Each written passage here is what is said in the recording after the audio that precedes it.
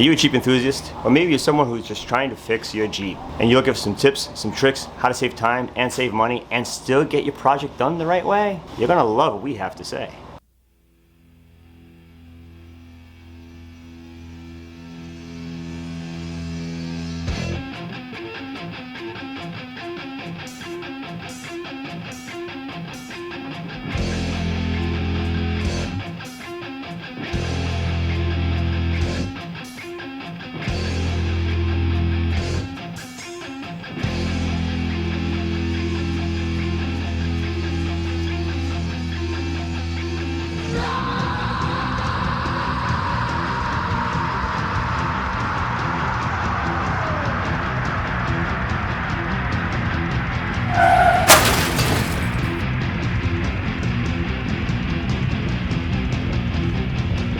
Hey guys, Drew here from Deadjeep. Welcome back to another segment of who we are and what we do. It's been a minute since the last time we chatted.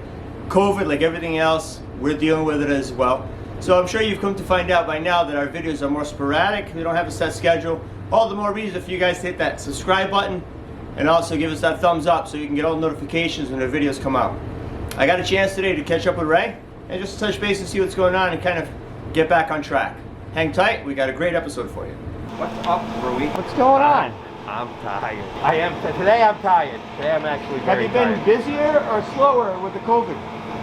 We've been ridiculously busy. It's been a little tricky with the COVID because we're not able to get a lot of the Jeeps we need to get the parts we need, so we have to work harder. That hasn't been super hard, but it's been a little harder. A lot of customers don't understand we can't let them in the building without the mask, and some people get a little upset with that. Don't know what to say about that. And then obviously, I don't know if you've been outside yet. It's winter time. Even in the winter, it's always just business as usual. So we work outside in the cold too. There is no warm.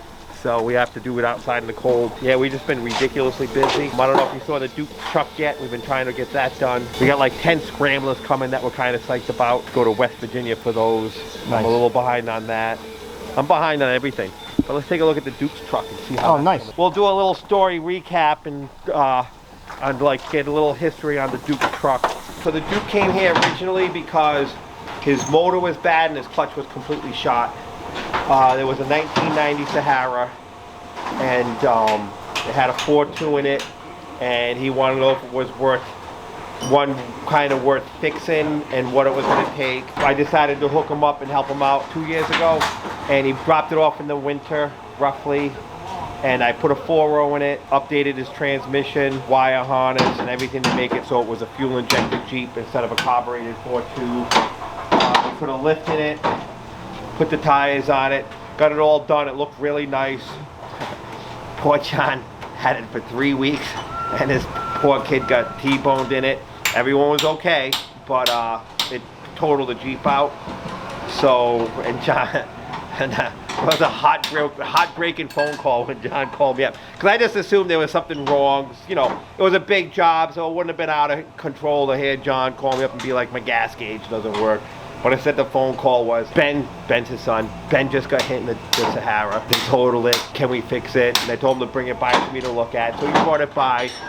It was hit really hard in the passenger front. So then we got it dropped off. And it was supposed to be just a repair and get it back on the road. And then we started it a year ago. I got it all set up for paint. Then COVID happened. We had trouble with Mako. Mako wanted like $5,500 to paint a Wrangler, which is unheard of. So went through M&S Collision. My friend Edgar hooked me up and he painted it for us. Did some body work.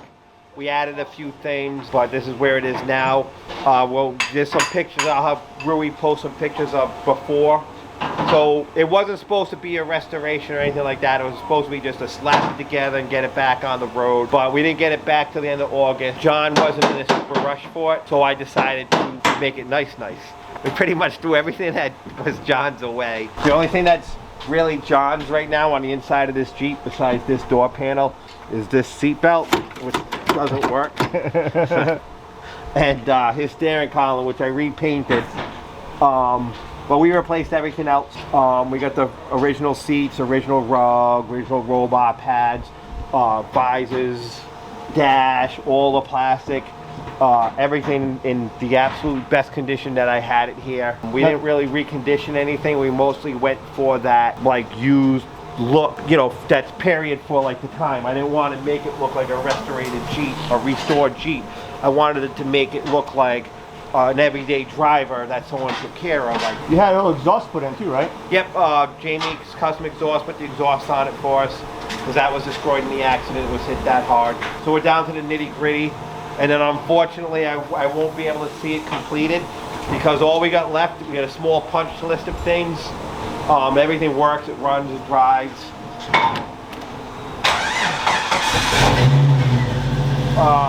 Runs, drives. I got to go through, make sure all the electrical's right, all the lights work. Because we had this thing completely apart for paint. And so all I got left to do really is put the fender flares on and go through the electrical, and then John gets to put the stickers on. So I can't get to see it done, which no. Yeah, that's a heartbreaker. Because when you do a job like this, you spend so much time. Like a perfect example, just to get this gas plastic, just the plastic part of this bezel, just to get it as close to right as possible, we went through like 20 of them. We put one on, we didn't like it. We put another on, we didn't like it. But then we got them all. We picked the one that was the least warped, and we put that one on.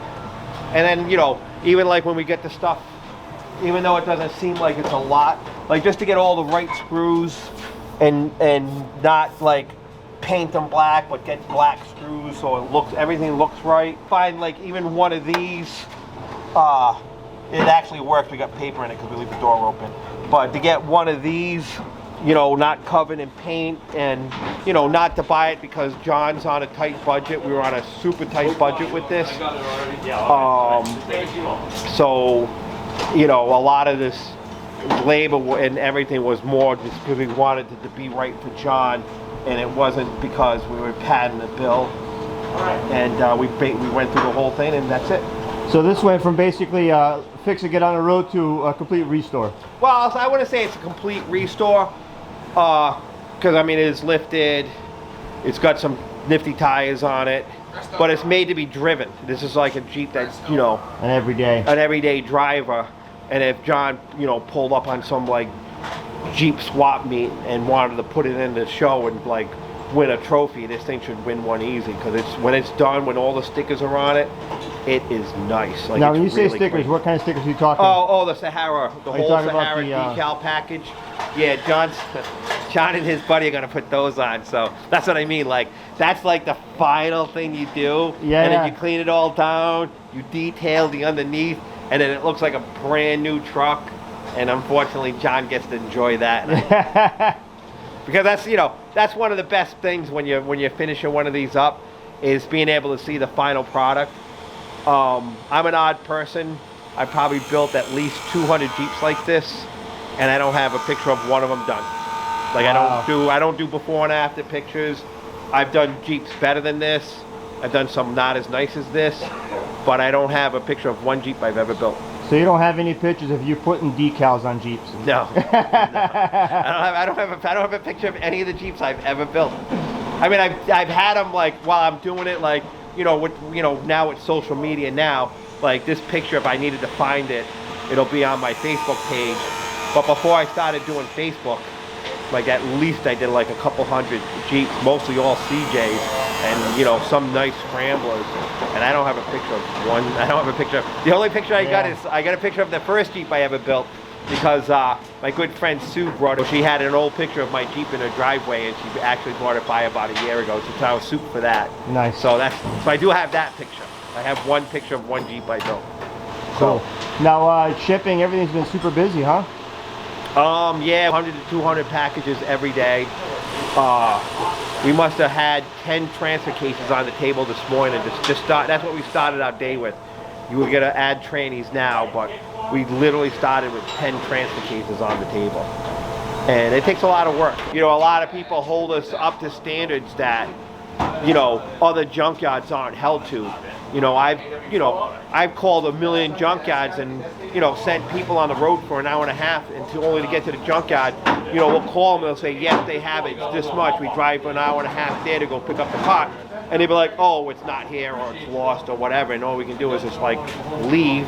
But I don't know, sometimes it seems like we're held to higher standards than, you know, because I mean technically we are a junkyard, But we specifically work on Jeeps. yes, Rui, yes. Hence the name. That's the name, Dead Jeep.